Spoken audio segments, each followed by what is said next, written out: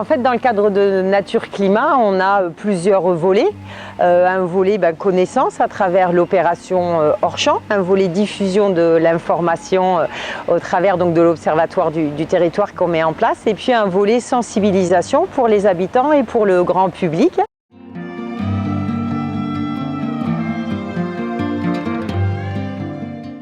Le changement climatique modifie les conditions de vie des espèces, mais de façon trop rapide et à grande échelle sur l'ensemble de la planète.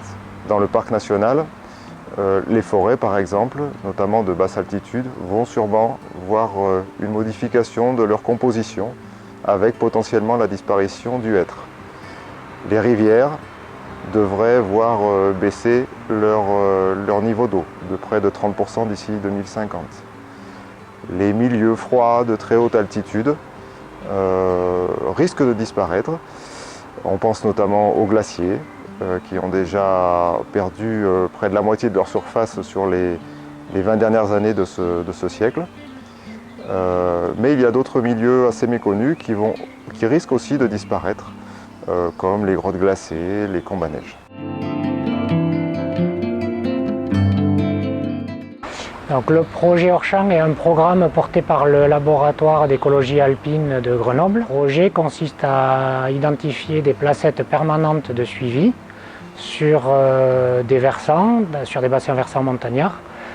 Et sur chacune de ces placettes, étagées à 200 mètres d'altitude les unes des autres, de réaliser des protocoles identiques et de voir comment la biodiversité et les écosystèmes évoluent en fonction du changement climatique et des changements d'usage.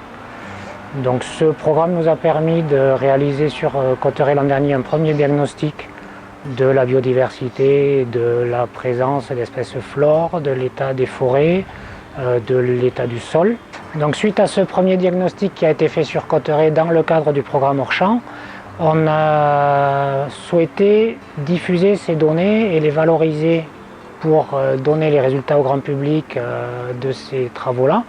Et donc on a mis en place un observatoire du territoire qui va prendre la forme d'un site internet sur lequel on diffusera les résultats d'hors champ, mais aussi les résultats d'autres programmes de suivi qui sont axés sur le changement climatique, mais aussi sur l'évolution globale du territoire du parc. En fait, on parle aujourd'hui beaucoup du changement climatique, du réchauffement, de l'évolution, de façon très scientifique. Et pour beaucoup de personnes, soit ça leur parle pas, soit ça nous angoisse. Donc on a voulu se décaler par rapport à ça et prendre une autre façon de communiquer et d'échanger avec les habitants des vallées, en allant sur le volet plutôt émotionnel, sur les sentiments, sur les ressentis, pour interroger les habitants sur leur perception de l'évolution des paysages, sur comment eux ils perçoivent cette évolution du climat dans leur jardin potager tous les jours, dans la façon dont ils voient les oiseaux arriver, et puis également donc à travers une opération autour de ces cartes postales, carte blanche, puisqu'on a demandé aux gens d'écrire leurs ressentis sur des cartes postales.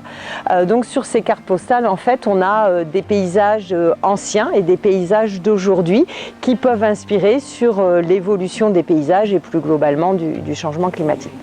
Et on a fait également un travail donc avec les scolaires pour que les scolaires puissent s'exprimer également des ateliers avec les personnes âgées où on pouvait confronter ces deux regards des jeunes d'aujourd'hui qui vivent avec ces évolutions et puis le regard des anciens.